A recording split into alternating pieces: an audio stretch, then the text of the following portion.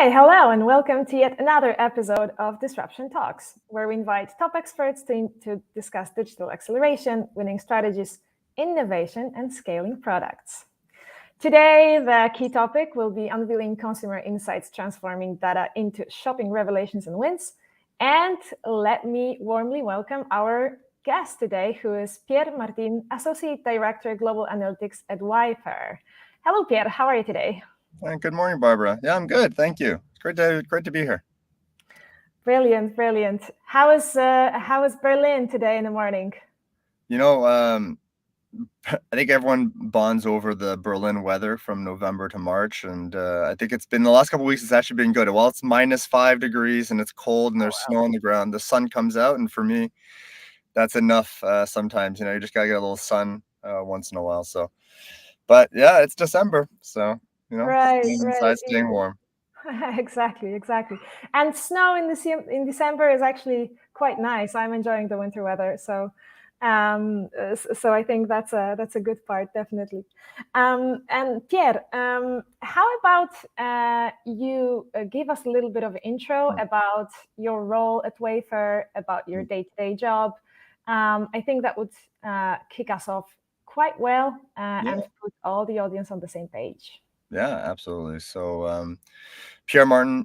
So I've been at Wayfair now just over 18 months. The mandate that I have at Wayfair as associate director in global analytics is essentially to Wayfair as a company grew very fast. It's 20 years old. It grew very quickly in the US and it expanded into Canada, and about a decade ago expanded into Europe. And as those expansions happen, speed and growth are the priorities. And now as the company is realizing is that we want a unified global data backend, right? When we want to track the speed of our products, we want to be able to talk the same language, whether or not it's in the UK, Canada, or in Germany. And so global analytics was essentially created to streamline that process of creating that, as I'll say the word global too many times today, but that unified way of looking at it. So within my role, I work with source teams to look at the data. We work with our data engineering partners, and we essentially are working towards creating a single source of truth for all of the metrics in the business and the reporting. To help make those decisions much easier for all of our executives. So that's been our big focus. We are on that journey right now, and I'll obviously relate that today more about how that is impacting our customer experience as well. All right. Well, that doesn't sound easy peasy. So thank you, Pierre, for explaining and welcoming us a little bit into your day-to-day work. And I'm wondering if you could share your personal journey in the field of analytics and what sparked your interest in that area.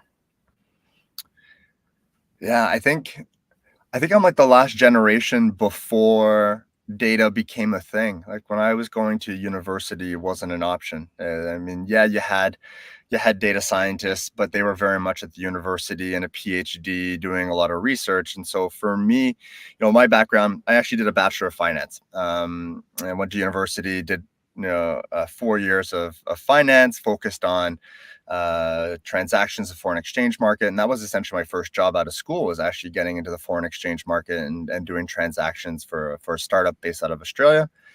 And after about 2 years of being in that role, this company, I think I was something like employee number 30, quickly realized that there were some inefficiencies in the way that we were working. So clients would register with us to transact currency and to trade currency, and we would call them to set up their accounts. And I really quickly realized that if we called them after an hour or two of them registering online, we either didn't get them, or they would say they'd already done it somewhere else. Or there's this element, and I was like, hey, there's something here. Like if I start looking at some of these numbers, there might be something here. And so I kind of fell backwards into it. It was one of those conversations where I went to my boss and I said, hey, do you mind if I play in this data, like after work, if I got access to it and I looked at some patterns, would you be okay with that? And did that, figured out some quick insights that changed the way that the company operated. So we started calling clients within 15 minutes after they registered and really prioritized that, and saw a real high uptick in our conversion rate. And that was the start of it. And then so since then, that's been about 15, 16 years now, 15 years. I dabbled in other things along the way, but ever since then, it's always been about how do we use data to make better decisions? How do we optimize for A, B, or C to help the business make more money or reduce costs or things like that? So that's always been my focus. I did a master's degree focusing in performance management at the University of Ottawa. And then after that, ended up at a company called MD Financial, where again, wealth management. So again, the financial side of things, but helping them really understand their clients, driving towards how do we retain. So MD Financial, just and it's a long-winded answer, but MD Financial really is a wealth management company that focuses on doctors in Canada. Clients or people in the US would know US AA, I think, which is the Army one, is equivalent, but basically it's just this very niche wealth management firm, and just helping them understand their clients because the clients had the same life trajectory. And then during the pandemic, so I worked there for about 8 years and set up very similar to what we're doing here at Wayfair, which is a single source reporting, making sure we had all the numbers at the right time, helping the business understand things in a live way. And then after that, ended up at during the pandemic, same sitting at home, realizing that why don't we explore the world more? Why stay in one location? And I was able to convince my wife to come to Berlin. And I took advantage of that as well as a chance to change industry, change sectors.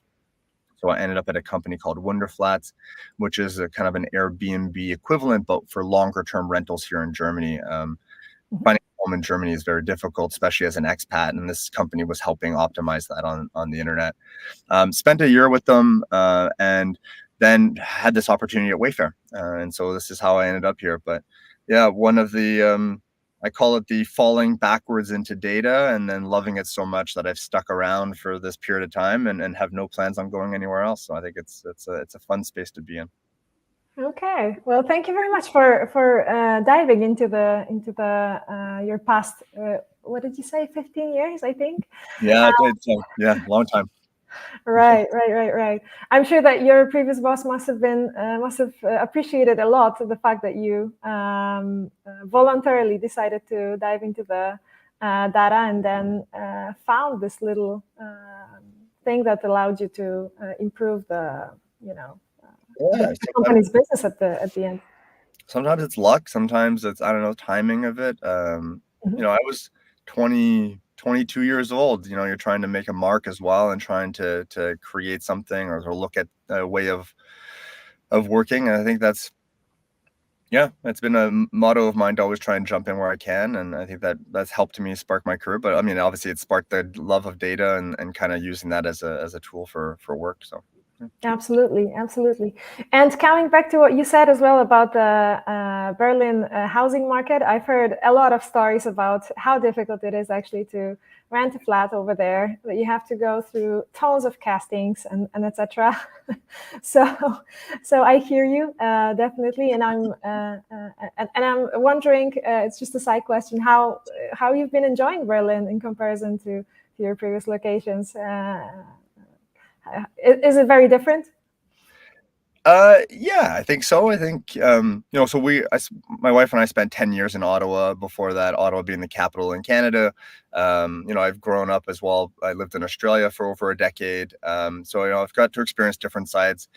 Berlin is fantastic. It's got its own unique charm to it. It's got 12 different neighborhoods that all have a very different vibe. We're centrally located. You can fly anywhere in Europe within an hour or two. So there's a lot of fantastic benefits.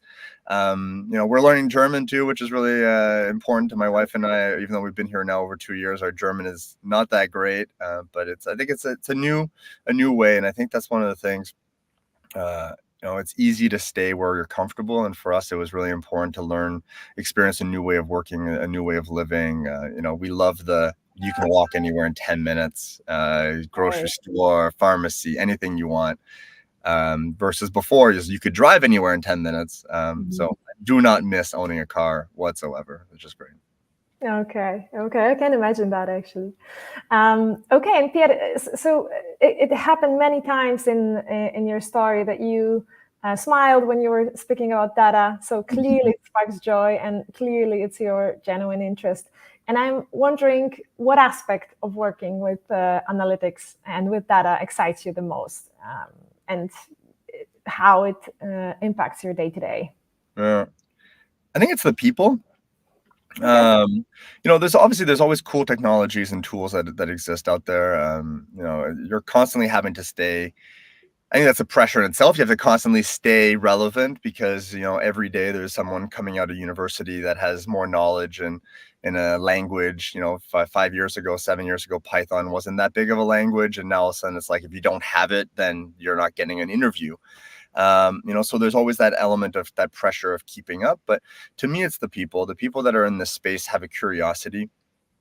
They're very interested in identifying things or working on something that's fun or that's going to change the world, or those elements like that. And obviously not everything in data changes the world, but I think there's a lot of those elements that on a day-to-day basis is that we are impacting the business. I think there's also an element for me about it's something that people know they want to make data-driven decisions, but it's hard to really get into it unless you have an expertise in that space. So for me, it's like just being able to help the business make a better decision. And a lot of the times you don't even know what that consequence might have been. We may have given a piece of information to an executive that makes a decision. What was the consequence of them making the wrong decision? We will never know that, but the element that we were able to help them on their journey or on their decision, I think there's some value there. And so to me, the people are really important. The contribution to the business is really important to me, and like that's the stuff that motivates me. I want to make a difference. I want to be involved in helping something thrive. And my way of doing that is data. For others, it's marketing and attracting clients. For others, it's developing the product. I don't have hands to build anything, so this is my way of building things with a keyboard. Okay, absolutely. And I think what's very difficult about making decisions is probably trying to make objectively good decision. And I think data allows to find some reasoning to do that. From one perspective.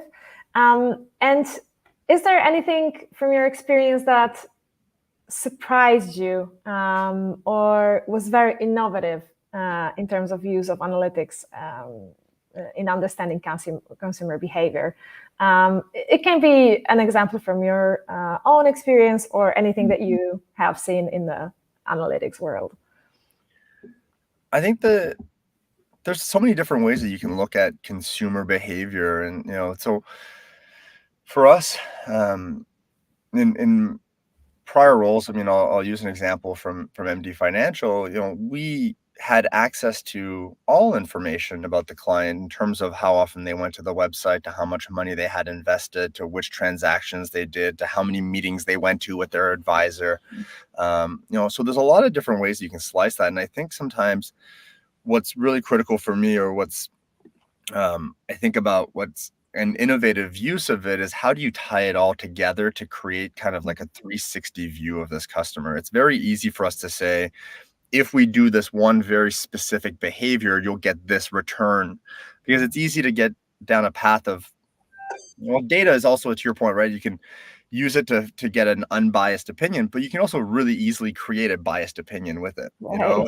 It's very easy to look at a certain thing and say, oh, there's a pattern here, we should do this behavior within an organization. And in reality, I think it's creating a 360 holistic view really helped us, especially at MD Financial, to understand where we wanted to invest our money in terms of acquiring clients, how long we had to keep them as clients in order for us to generate a revenue, well, not revenue, but a profit on them. Because in the wealth management space, for example, when you're younger, you don't have much money. Doctors, especially in Canada, were significantly in debt until a period of time. It costs a lot of money to become a doctor, but we would ask them to invest with us, whatever they had, because we know that the earlier you invest your money, the better your long-term growth is. But we would lose money on them, and then eventually a big bank would come and offer a free iPad, and then the customer would leave over a free iPad, as an example. So we were able to use kind of having that 360 view to really be able to understand how much does a client cost to acquire us? How much money do we make when they have these conversations? How long do we keep them? How do we incentivize them bringing in their families? How do we, and not just that one behavior of let's get as many clients as we can in the door and then we'll figure it out later. It was, okay, we get them in, we need to keep 70%, we need to invest here. And at Wayfair, similar kind of conversations are happening. My focus at Wayfair is more on the operations side of things. So the perspective of the customer from marketing is on our consumer side, but from the back end of things, we often have conversations around how fast do you need that couch to be at your house. When you order it off the site on Wayfair, do you care if it's 2 days, 4 days, or 2 weeks? And depending on the product, we have those trade-off conversations we need to have as well. But understanding our customer and understanding, would you rather have the couch here in 2 days, but there's a higher risk of damage? Would you rather have the couch here in 2 days without damage, but it costs you $300 for shipping? And these are conversations that we're constantly having because we want to make that experience for you as a customer as best as possible to get what you want when you want it, obviously with no damage at a low cost. So how do we constantly have those trade-off conversations? And so for us, understanding what the customer wants, the consumer wants, I mean, that's like, as you can see, it's like those are really insightful things because there's no right answer. And all you can do is kind of pull on these different levers to get an outcome that helps the business and keep adjusting and keep reevaluating and keep doing a hypothesis. So for me, like the most surprising or innovative use is that's kind of in the space, all right, is how do we create something that you can just keep iterating on, knowing that you're never going to be done. Right. Well, that's very interesting. I think you opened a list of very interesting questions and very interesting topics, specifically when you described as well your day-to-day challenges that you're right now trying to solve with understanding and interpreting data. I have a side question because it's interesting for me what you mentioned earlier on as well. About using data to create a completely biased opinion as well. And I'm wondering, how do you avoid falling into that trap on your day-to-day working with data? Because that's obviously, it's very easy to have happy years and say, let's say, put data in the context that you'd like to have. What are your ways to avoid this trap? I think it's for me, it's about having multiple eyes on it and thinking about it from a critical perspective all the time. So, we try and drive through objectives. So if our objective is to, I don't know, improve the speed of delivery on a product, we try to look at data that will obviously help that, right? And that's, I think, that any time in mind, if I know what I'm trying to get at, of course I'll have a little bit of bias in there. I think what we have to make sure that we do is that whilst you're gonna be driving towards something that says, okay, this is how we're gonna solve this problem. This data says that if we do A, B, and C, we'll improve our speed of delivery, for example. Well, that's great. I think what we have to ask ourselves every time is what are the consequences of A, B, and C? And so even though that decision will help what we're trying to do, is there a trade-off? Can we, again, I used the example earlier, getting the couch to you in 2 days. Okay, easily doable. That means we build a warehouse closer to Berlin, as example, if we're shipping it to Berlin. Okay, that's great. Do we have enough volume? Do we have enough suppliers that are willing to ship there? Do we see enough demand for 2-day shipping? So yes, the data might guide us to say, excuse me, the data might guide us to say, do A, B, and C, but do those make sense? And I think that's the part that, whilst we have data-driven decisions, there's also an element of common sense and gut and prior experience that plays. And so I'm not fully on even though I'm in data, I don't fully believe in the data-driven decision. I believe that data and experience and context help provide the holistic view, and that you use numbers to just inform better decision-making. But ultimately, when data, as you see many cases, the data tells you to open up a brand new warehouse. Well, it's going to cost us $100 million. Well, okay, well, the data said it. Let's do it. In reality, it's, do we actually need to? Do we see the volume? Do we see? So I think that's always the trade-off. So for me, it's, yes, your data is going to guide you in a certain direction. How do you use the other elements that you have and the experience that you have to also make sure that you're not just following it blindly and letting that bias creep in? Right, right. And out of curiosity, have you ever seen in your career a decision that was made purely based on data and it ended up being a bad decision at the end? Um, I don't know if any decision is ever truly made on data. I think that there are for sure some that I've seen that I think they relied on the data too heavily. Um, I think we made a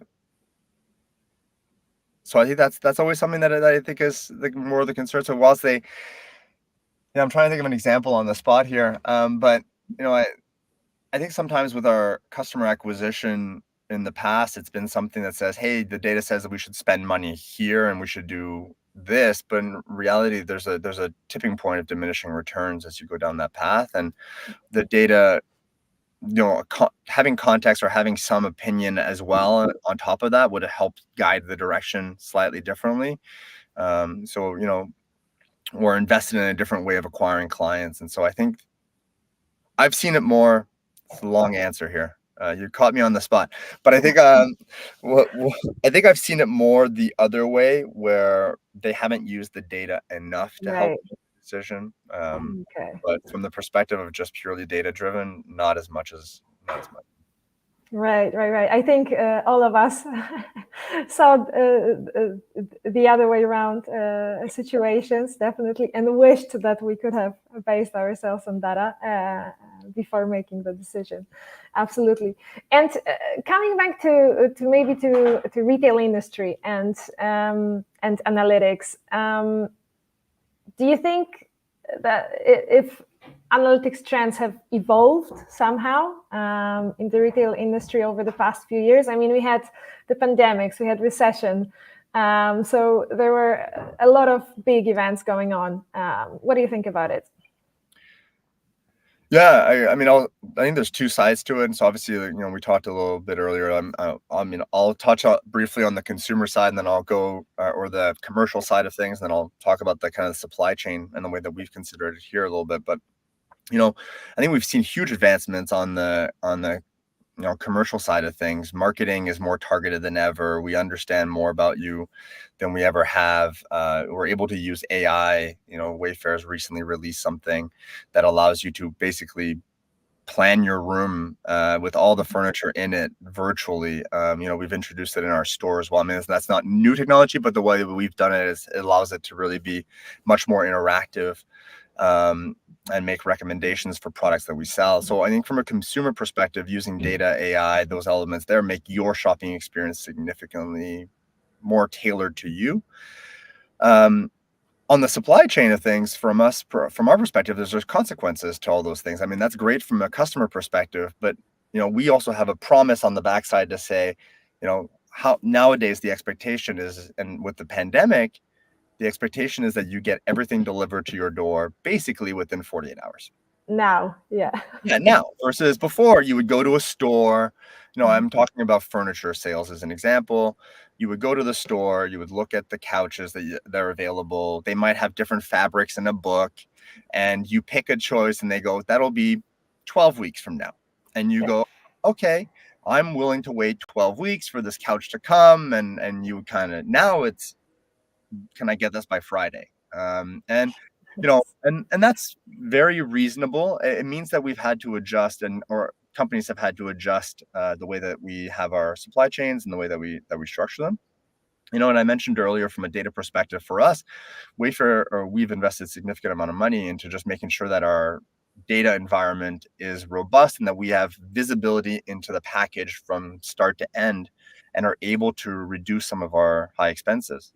So from the pandemic, we've seen that, and I think every organization has seen that. I saw a stat the other day from Amazon that Amazon had over $80 billion in returns last year. Right. That's a significant portion. I think about 20% of their revenue or something like that was in returns. Wayfair, we have a significant amount of returns as well, either because through the supply chain, there's damage that occurs to products, or you bought something, you get it into your house, and then you realize it doesn't fit. And then you're like, well, what do I do with this big desk, furniture, couch, bed, etc.? And so we have significant amount of returns as well. So for us, it's like, how do we ensure that when you make the order, you get the product on time? Because another part that's really important to us is, imagine taking the day off work to get your couch delivered to your house and they don't show up that day. Or they Right. show up, or they tell you they'll be there on Friday, but then they show up Thursday afternoon, they call you and they go, where are you? I have your couch here. You can't just leave it in the mailbox like Amazon does, or leave it with a neighbor like we often see here in Europe. So from our side, on the data side, the back end, what we've really seen is a huge investment in really truly understanding how fast can we get something to you? How do we optimize that information so that we give a proper estimate to the customer when they go to check out? How do we make sure that we position our products in the right location so that you're, as a consumer, are more likely to buy it, so that we can deliver to you faster? How do we work with our suppliers to make sure that we have the volume of products coming down? Because again, a couch delivered to you on Friday was ordered by us from the supplier 3 months ago. Right. So we had to predict what was going to come in and when, so that you can get it fast. So there's a lot of that on the back end that's been really cool and disruptive because of the pandemic. The expectations are higher on the customer, and we've had to meet that. So I think that's made our job way more exciting as well, from my perspective. That's true. That's true. I believe in that. It must have been completely different set of data to be analyzed before the pandemics and after pandemics. I That's can the imagine volume. that. The Because volume. Yeah. I just realized as well that I don't even remember how it was in the past to wait for your couch for 2 weeks. I mean, that sounds crazy these days, definitely. So It is. Even when I shop, I look at it and go, can I get this by Friday? And, I don't need it. It's you can wait an extra week for something, or 2 weeks for something, yeah, but we are now in this world where we expect everything to come to us immediately. And rightfully so. I think what we'll see is, over time, is there's going to be that trade-off in terms of what you want and when do you want it.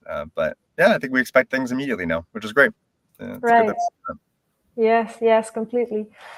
So, would you say that this is one of the challenges that you currently see in retail industry and data? Yeah, I think that's the big one, is this constant trade-off between, you're making, like I said earlier, you're making decisions 3 months in advance for something that we think a customer will want in that moment to be able to deliver it on the time schedule. So I think, there's a lot of risks that are being taken by different suppliers in terms of saying, okay, I'm going to build 100 couches in this red color and I hope that they sell. And I think part of that is that we are using data to make those decisions in advance, to make sure that we have the right supply for what we will sell. The flip side of it too is that we have to drive consumers to want that item as well, because Mhm. if you have 100 red couches, for example, and everyone's like, no, I want my couch in blue, Mhm. then we're going to be that inventory won't move. Our supplier will be upset. The customer won't get what they're looking for. So I think that's the constant trade-off in what we're seeing today. And then also, customer has a tons of choices. So before, again, is that you would go to the local store in your location and you would say, what do you have? And they go, well, we have these 5 options. And you go, okay, well, I guess I'll take this one. But now you go online, and in Germany, there's a lot of competitors. I mean, we're all very familiar with IKEA, Wayfair's in the German market, Home24 in the US. I mean, the list is even more endless. If I go onto the Wayfair website, you don't have what I want, I'm going to go to 3 or 4 other websites Yeah. and find it. And I might even compare. At the end of the day, my decision may not be because you both have a blue couch. It might be that the delivery is $0 versus $50, or the delivery is Friday versus Monday. And so we're competing on significantly different levers than before, which is like, do you have the couch available? Yes, great. So I think now that's where, for us, data from an operations perspective is, we want to be known for being incredibly accurate with our delivery. We want to be known for being incredibly consistent with our quality of product. We want to be known for being, the best large parcel carrying company in the world. And I think that that's part of using that data on the back end to help that, because again, the consumer might see the blue couch, but there's all this work in between and behind using that data to get that blue couch to them on time at a good cost too. Absolutely. Each time I'll look at my couch, I'll think about it from now on. Yes. And Pierre, so you talk a lot about understanding the consumer's behavior, because obviously that's the key to make the whole machine work. And so you mentioned the challenges in the industry. And what would you say that the biggest challenges are right now in leveraging analytics for deeper understanding of the consumer? We have too much data. Okay. And I think that's the thing. I think that I think a lot of places are, it's constantly, well, what if we add this data, or what if we look at it from this perspective? And I think what I've seen in the last couple of years is that there's an endless amount of data available to make these analytic decisions. And oftentimes what ends up happening is that we end up focusing on the edge cases instead of the majority. And so, 80% of your analysis can be done relatively quickly, right? I want to know A to B, how much stuff or whatever the customer's looking at, or how many people went to the website, things like that. That's easy to pull. But now it's like when you start to look at slicing it to say, well, this incident or this happened or this purchase because of A, B, C, D, E, F, G, now you start to get really bogged down to cases. So I've seen a lot in the last little while, and that's what part of my role here as well is to make sure is that we don't get bogged down in that little detail of, yes, that is a case. Yes, that may have applied to 50 orders. Yes, but we did 100,000 orders today. 50 orders is not a significant amount. And yes, we can solve for those problems. But is that really worth our time and investment into that, or do we just focus on the majority? And so I think you have to make sure that those 50 don't become 1,000. But I think at the same time, with the amount of data that we have, I think that's been the biggest challenge, is that every organization has unlimited amounts of data, and we're getting unlimited more every day as we take every gun scan, every box movement, every supplier. Like, there's all this information that comes at us. How do you just keep it to the right information to help the decision? Because ultimately there's always going to be a ton of noise. How do you just get the right data to make the decision today, and then iterate and learn from it instead of trying to solve for that perfect idea? Okay. Well, that sounds overwhelming. I mean, too much data, definitely. And where do you think that the role of analytics will head within the next 5 to 10 years? Let's say it's 2033 today. I have no words of wisdom here. I think, like you look a year ago, ChatGPT was introduced, and in the last 12 months, I've never heard the word generative AI as much as I have in that period of time. And it's been around for a long time. Like, I know publicly, when you use a tool like ChatGPT, it's much more available to the public. But machine learning and the concept behind that has essentially been around for a decade, and many organizations have been using it. So I think there's mainstreaming of certain things. Where's it going to go 5 years from now? I don't know. But I think what's not going to go away, in my opinion, is this idea that we constantly have to keep making decisions, and leveraging data in whatever capacity is going to be still remain very important. I think where we might see the industry shifting in is, historically we've been focusing on what has happened in the past, and only really good organizations understand why something happened and then what to do about it in an automated way, right? So right now, sales went down 10%. Okay, someone goes and digs into why sales went down 10%, and we realize it's because of this ad campaign that wasn't received well, right? As an example. So we solve for that problem, but we should have captured that before the 10% drop in sales and fixed the ad campaign, or taken it off, or maybe expanded the reach if it didn't see enough people, etc. And that should have been an automated thing. So I think that's where we're going to see data go in the future, is understanding why something is happening, and then the action to take immediately to prevent it from happening, and being able to kind of trend that way. So that's where I see us in the consumer side of things, and in data in general, is prescriptive analytics is kind of what they've been calling it. It's been termed for a long time, but no one's ever really gotten there. Okay. Well, I see that happening, and whether or not that's through generative AI, whether it's just more sophisticated things that organizations are doing, or even just having a maturity level where now historical looking results is becoming a standard in our organizations, that we don't need to add a new metric or see what happened yesterday. We already have all that. Let's focus on what's happening in the future. So I think that's where we're going to see a shift. And then my last point here, I think, as well, is that we've been fortunate in the data and analytics space over the last 5 to 10 years where it's a little bit of a black box. And well, we need data teams. And they go, okay. And they hire somebody and they go, what do you need to make this happen? I need 35 people, 100 people. And they go, here you go. And I think now we're starting to say is like, what's your return? Like, how are you actually helping this business? And how do you quantify the value that you're providing? And we touched on this a little bit earlier. How do you quantify not making a bad decision? Yeah. I don't think you can, but there's always a way of saying like this, the bad decision would have been $100,000. The good decision made us $1 million. So here's the difference.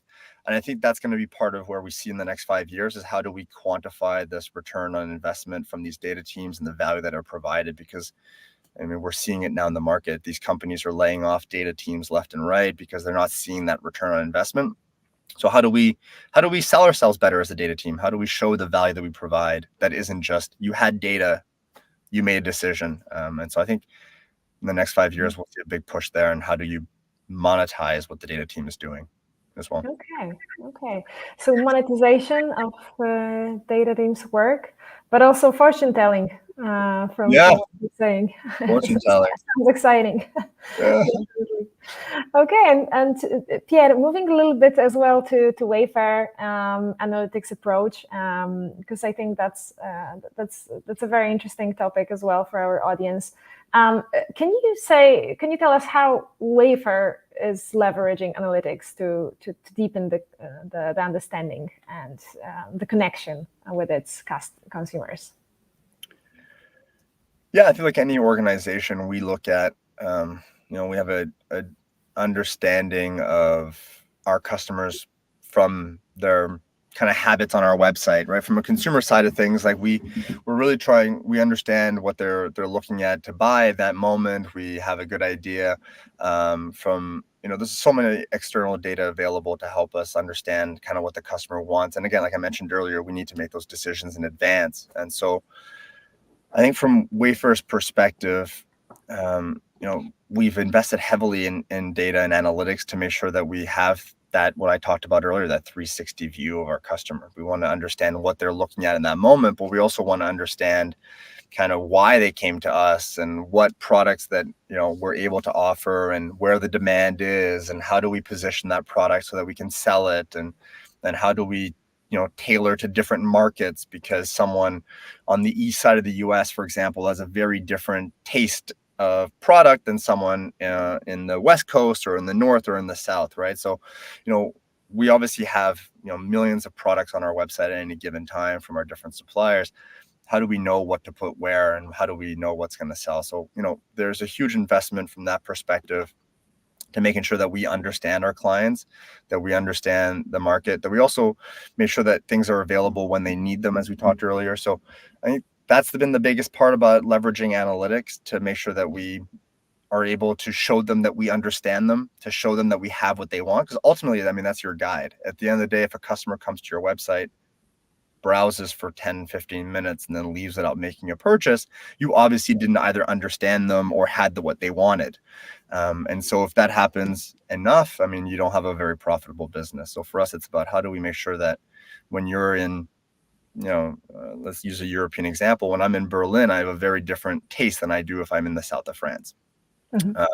And so how do we make sure that, the item in the south of France, although we don't service France yet, but as an example, that, if you like a certain type of thing, we make it available for you in 2 days. But if you want that in Berlin, maybe we don't make it available to you in 2 days, because that's not something that's relevant typically to the German market, but you can have it in 5 or 6 or 7 days. And that might be enough. So I think that's where we're using data to really deepen our relationship with our customers, is to understand what they want and have it available for them when they go looking for it.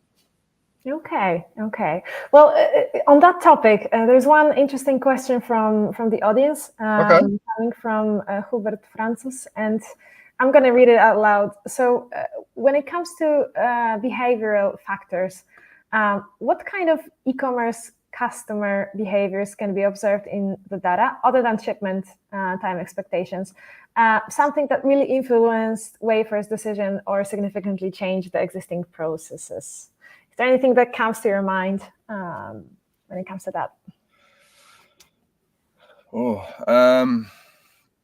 Great question. I think for us, in terms of what we see from our customers, is we talked about shipping time. Obviously, the delivery time is one part of it, and I know that we want a different part. I think for us, it's there's a lot of times that what we've been testing out at Wayfair is to say where we position our products, whether or not customers are likely to still, if there's, let me rephrase this differently. If I share with you 10 couches, and I put the one that I want you to buy at the top of the page, are you more likely to buy that one versus maybe a couch on the third page? And I think what we've seen from consumers is that there's still that element. We all know that not many people go to the second page of a Google search. Most of the time you find on the first page, and we've still seen that sort of behavior on our website where people will, yes, you'll go through a couple pages, but there's a million couches as an example. So which one are you looking for? And within that style of couch, whether you want an L shape or just a two-seater, there's another 1,000 choices you're going to have. So I think what we've seen within our customer behavior is that actually a lot of the times they still truly believe in our recommendations. And so by understanding them and understanding the market in that area, a lot of the times what we recommend is what a customer ends up purchasing, which means that we are meeting their needs and we are ranking our products accordingly to the right use. And so I think there's something that's really changed the way that we look at things. And it's also helped us understand that we can influence customer purchasing patterns as well through our ranking, which is also helps us with our location of product and things like that. Okay. Well, that makes a lot of sense. And Pierre, I think I'll use another question from the audience. This question comes with an interesting part of your life as well. So there's Filip Sowiecki writing that he loves the ice skating stint in your career back from 2012. And he asks the questions as well about the analytics, because we're just after the Black Week and we're in front of the winter holiday season as well. So how does this year compare to last year, let's say, when it comes to those big events in retail world? Is it similar? Is it worse, better, the same, completely different? How would you describe it? Yeah, I think, I don't know, I can't speak to it from a Wayfair perspective. I don't know how if they've announced the outcomes of our Black Friday and forecast, but I think from what we saw from a market perspective is I think that Black Friday was one of the best in history, right? In terms of just the people within, there was concerns about inflation driven, but I think what I saw anyways from my research is that in general, this was a really good Black Friday for the world in terms of customer spending and those patterns. So I think that's always good. I mean, these things are always, you never know going into these events in terms of how they're going to do. For us, Black Friday and Christmas is not, whilst it is a big part of our year, it's actually, we find that most people buy furniture year round as they need. It's not like we're selling TVs where people are waiting for that big discount to go and buy that big screen TV or things like that. I mean, oftentimes when you're remodeling your house or you're adding a new piece of furniture to it, that's year round. So whilst those sales are important to us as an organization, because it helps, it does drive more sales, most of our focus is really it's a year-round process for us. And so I think in general it was great to see that the industry or the market in general was upbeat. Yeah, absolutely. Thank you very much. So I hope you had a good shopping for the Black Week. So another question that is around understanding your consumers better, and again, while answering, you can gave examples from Wayfair or Mhm. from whatever experience that you have. And that's the question coming from Wojtek Mach, again, the question from the audience. Mhm. And it's more about integrating customer feedback into the analytics process. Can you tell us how you use it and how it can improve the customer experience? Yeah. So I can't speak to what Wayfair does on the commercial side. That again, it's a different side. But from our perspective on the operations side, bluntly speaking, there isn't much feedback. I think our consumers in this case are really downstream teams that use the data. So from that perspective, yes, we do get feedback in terms of how they leverage in the use cases and all those pieces. But and we definitely use that to improve kind of the way that we structure our data or provide it to them within the business. But if you're looking from like how does it impact our front end consumer website and the products that way, that I can't answer. When I was at MD Financial, I can leverage an example there. We really looked at a lot of when a customer would meet with their financial advisor, at the end there'd always be a survey. Did they understand me? Did they know what I wanted? Did they tailor the offering to my needs, etc.? So we at that time really leveraged that to understand what was the difference between a good financial advisor and a not so good one. And there's a lot of different ways of saying that, right? So from a wealth manager's perspective, the financial advisor, a lot of the times it's a lifelong relationship. And so we were leveraging that kind of information to understand that, you might say he's a really good person, but then you're not investing money with us. And so there's a disconnect. So we were able to leverage customer information and feedback into kind of changing the offering or providing them with a new way of thinking about that customer. So that's historically how I've used it. And then here at Wayfair, like I said, it's mostly just been like, how do we make sure that we have better processes to inform decisions with our stakeholders? Not so much on the customer side, unfortunately. Okay. That's understandable. And going back to Wayfair, do you have any examples of how Wayfair turned a challenging data situation into a success story?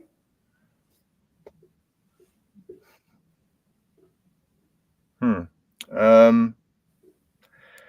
think we're on that actually right now. I mentioned earlier at the start, part of what my role here is just to globalize the way that we look at data across the board. As companies grew, like it grew in so many different ways and working with so many different providers. So, we ship things with DHL and FedEx and UPS or different providers around the world, and they all have different ways of operating, right? And so how do we unify that so that we get a standard view? So I think that's our big data challenge, is allowing us to scale so that we can provide that product to the consumer in the way that they want. And we recently launched this thing called deluxing at Wayfair, which is basically that golden glove. When you order something from a Wayfair or an IKEA, it often comes in a box and you have to make it yourself. And for a lot of people, that's becoming something that's like was fine a couple years ago, but now I'm willing to pay to have somebody bring this thing to me assembled, as an example.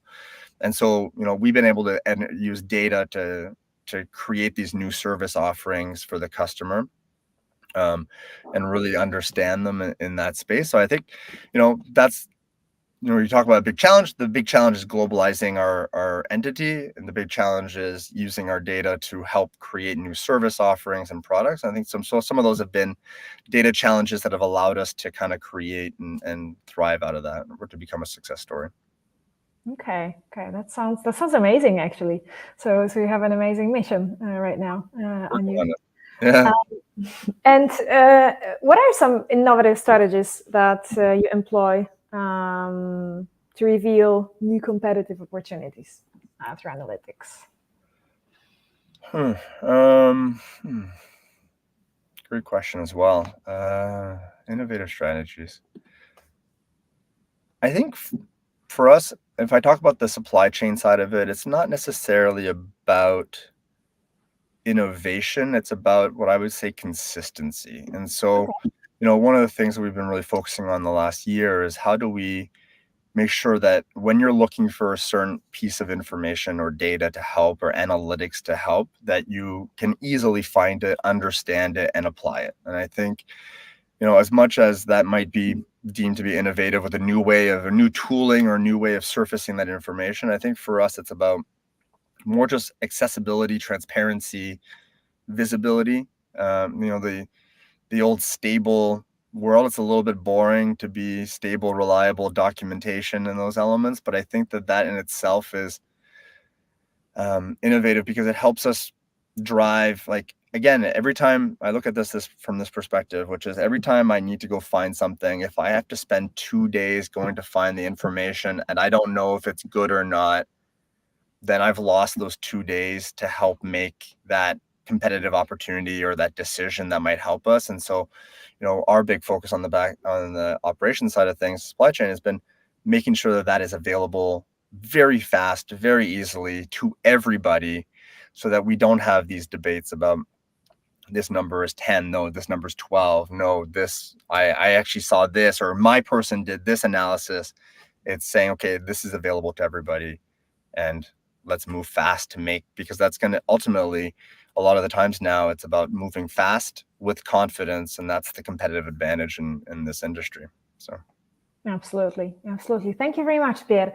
I have just one last question. okay. And my one last question will be a little bit out of the box. So Pierre, let's imagine that you have this power right now to provide education on one specific topics that will be compulsory for all 13 years old in the world. What would it be? What would this topic be?